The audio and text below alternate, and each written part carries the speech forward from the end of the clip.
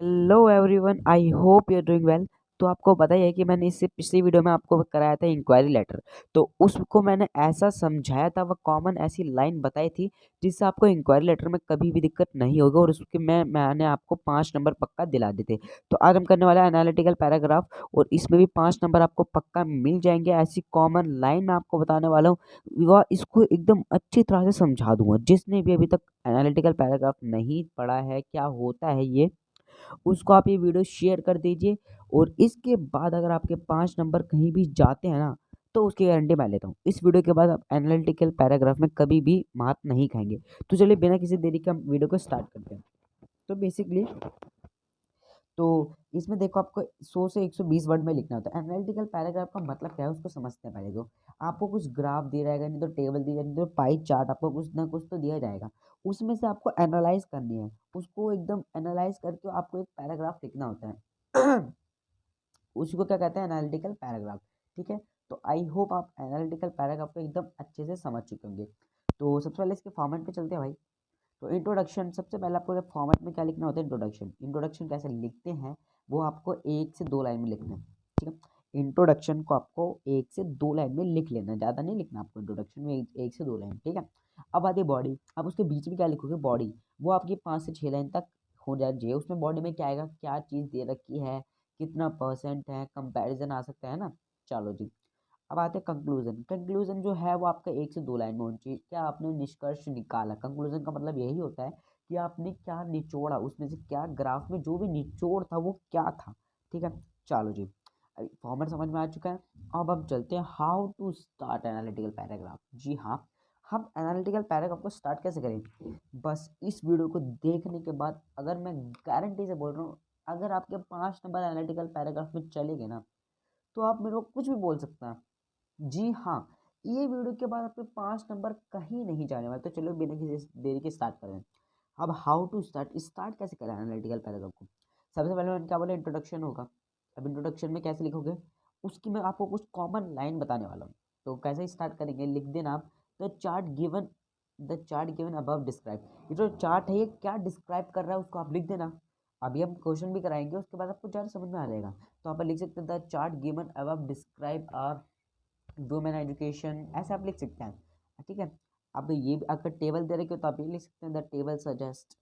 अगर कोई लाइन दे रखी है तो आप लिख सकते हैं द ग्राफ लाइन शोज। मैं एक अच्छी चीज़ बोलूँ, आप इस वाली लाइन को लिखना। जो एग्जामिनर है ना, उसके ऊपर इतना अच्छा प्रभाव पड़ेगा ना। पाई चार्ट या टेबल या आपका ग्राफ है, कुछ भी है, तो आपको लिख देना द ग्राफ इलस्ट्रेट्स। इसका मतलब तो दर्शाना ही होता है, लेकिन ये अलग कीवर्ड आ रहा है। द पाई चार्ट इलस्ट्रेट, आप लिख सकते हैं the chart illustrate the line, the graph line shows, या इलस्ट्रेट्स, कुछ भी लिख सकते हैं। बस मैं आपको बोल रहा हूँ ये वाली लाइन बहुत अच्छी लगेगी, इस वाली लाइन को जरूर लिख के आना। ठीक है। एक लाइन आपको याद कर लेनी है इसके इंट्रोडक्शन के लिए, द पाई चार्ट इलस्ट्रेट। बाकी क्वेश्चन में आपको बताया जाएगा कि क्या आपको दिखाना है, तो इंट्रोडक्शन में आ जाएगा। चिंता मत करिए, अगर आपको नहीं समझ में आ रहा तो हमें क्वेश्चन भी लाए हैं एनालिटिकल पैराग्राफ से रिलेटेड, तो उसको भी कर लेंगे। ठीक है। अब आते हैं डिस्क्राइबिंग पैराग्राफ, मतलब पैराग्राफ को कैसे दर्शाएं। उसके लिए मैं आपके लिए एक मेन कीवर्ड ला चुका हूँ, वो है स्टार्टिंग टू राइज। सॉरी, ये क्या होता है, स्टार्टिंग टू राइज का मतलब होता है बढ़ना कब शुरू हुआ।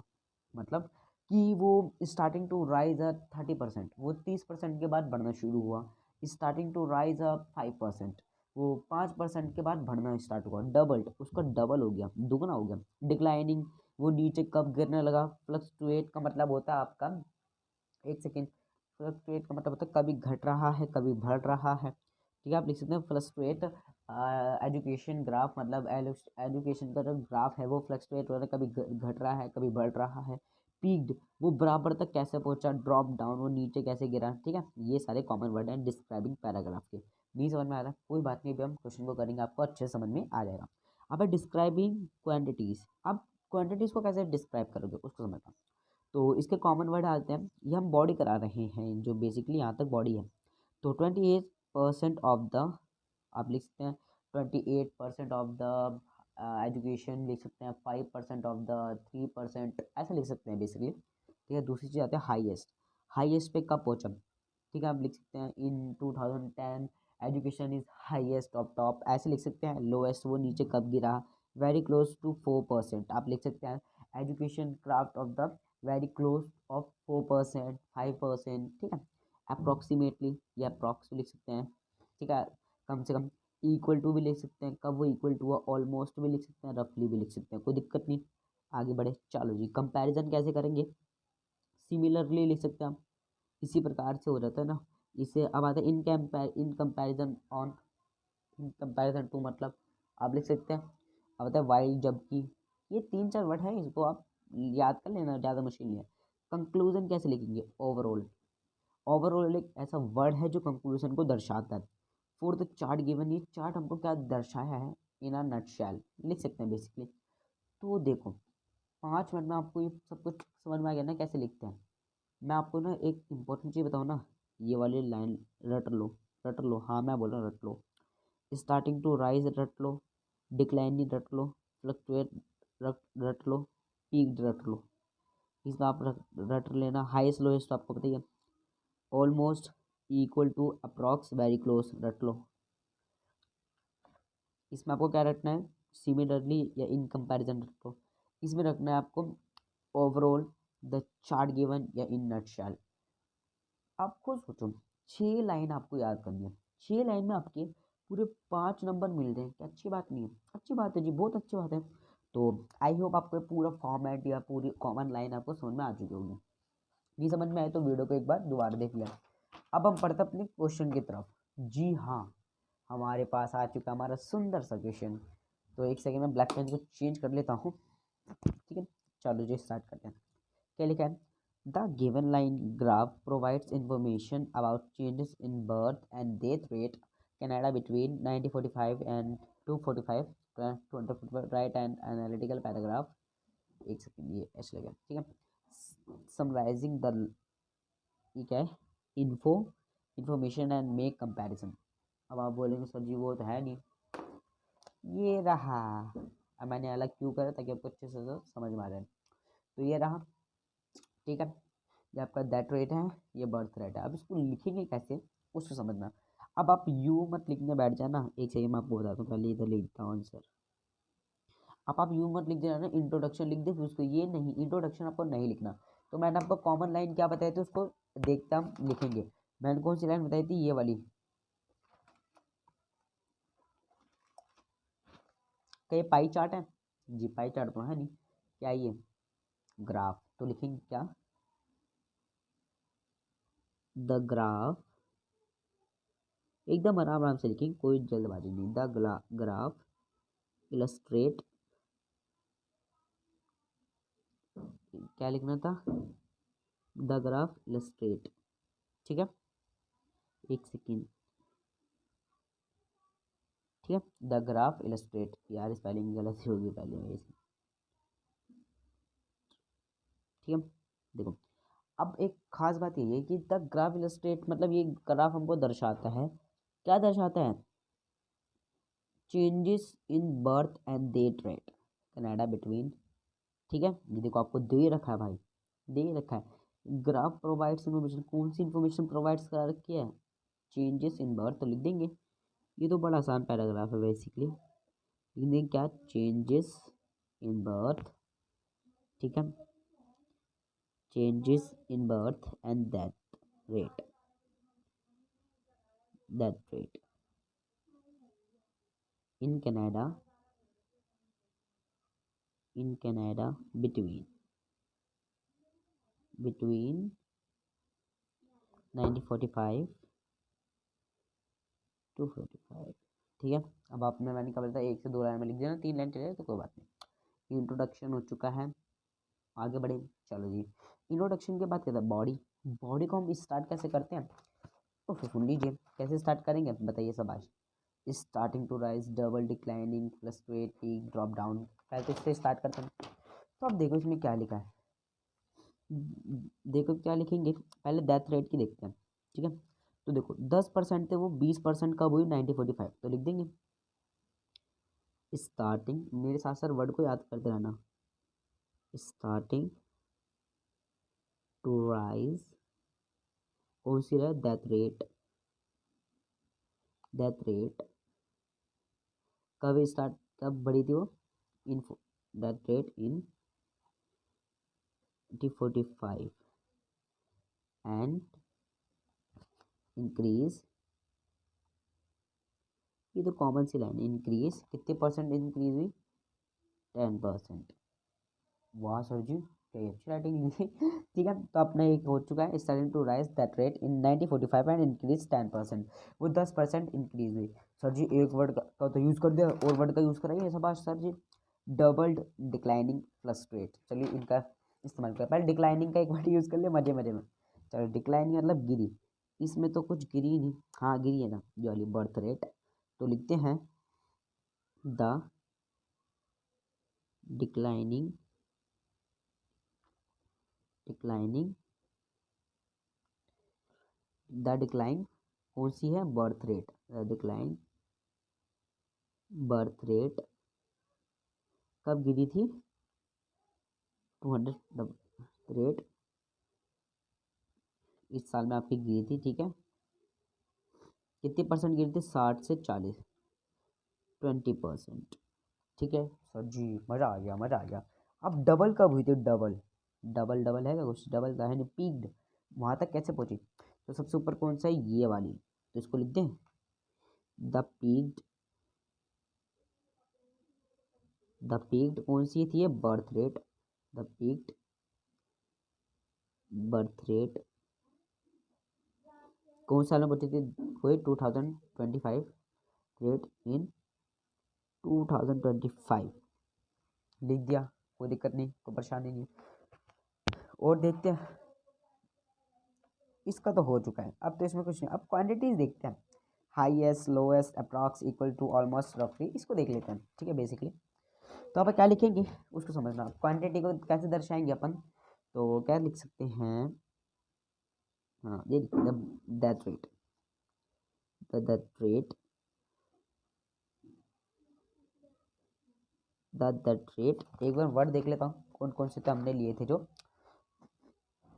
28 of the highest lowest very close, हाँ द दैट रेट, अब देखो वेरी क्लोज फॉर 60% लिख सकते हैं, the that rate very close for एक सीन फॉर 60%, मतलब आप देख सकते हैं ना 60% तक आने ही वाला था ये। ठीक है, वेरी क्लोज फॉर 60%। और वर्ड बताइए सर, और वर्ड देख लीजिए आप, क्या अप्रॉक्स लिख सकते हैं, इक्वल टू लिख सकते हैं, तो लिख देते हैं। अब देखो ये इस लाइन पे मिलने वाली थी, तो लिख सकते हैं, लिख दो sir ji the that rate and birth rate equal to कब आ रही थी, दोनों बराबर पे 2025 पर। ठीक है सर जो आपने बॉडी लिख चुका है जी, हाँ कॉन्ग्रेचुलेशन, अगर आपको इतना समझ में आ चुका है तो यानी कि आप 5 नंबर पक्का हो चुके हैं। अब तो कोई वर्ड नहीं लेना, लेकिन आपके खुशी के लिए एक और वर्ड हम ले लेते हैं यहाँ पर, कौन सा ले, एक अप्रॉक्स ले लेते हैं, अप्रॉक्स ले, हाईएस्ट लोएस्ट तो लिया नहीं यार, ये तो लेना पड़ेगा, तो लिख देते हैं हाईएस्ट कब हुआ, तो उसको आपको कैसे लिखना है कि लिख देंगे द बर्थ रेट, क्या लिखना है, द बर्थ रेट हाईएस्ट, यही चीज़ तो आपको लिखनी होती है, द बर्थ रेट हाईएस्ट किस पे, 2025 पे। ठीक है, एंड डेथ रेट लोएस्ट, अब लोएस्ट कब थी वो, लोएस्ट कब की सर जी, ये थी इन 90, लोएस्ट इन 945। जी हाँ, बॉडी आपकी क्लियर हो चुकी है, कोई दिक्कत नहीं बॉडी में। अब हम चलते हैं क्या, कंक्लूजन में, आपकी कंपैरिजन तो करनी है, तो कंपैरिजन कर लेते हैं, एक लाइन में अपन कंपैरिजन कर लेंगे, कैसे कि कैसे करेंगे, इन कंपैरिजन क्या लिखेंगे, in comparison the birth rate, जो आपकी जो बर्थ रेट थी, जो बर्थ रेट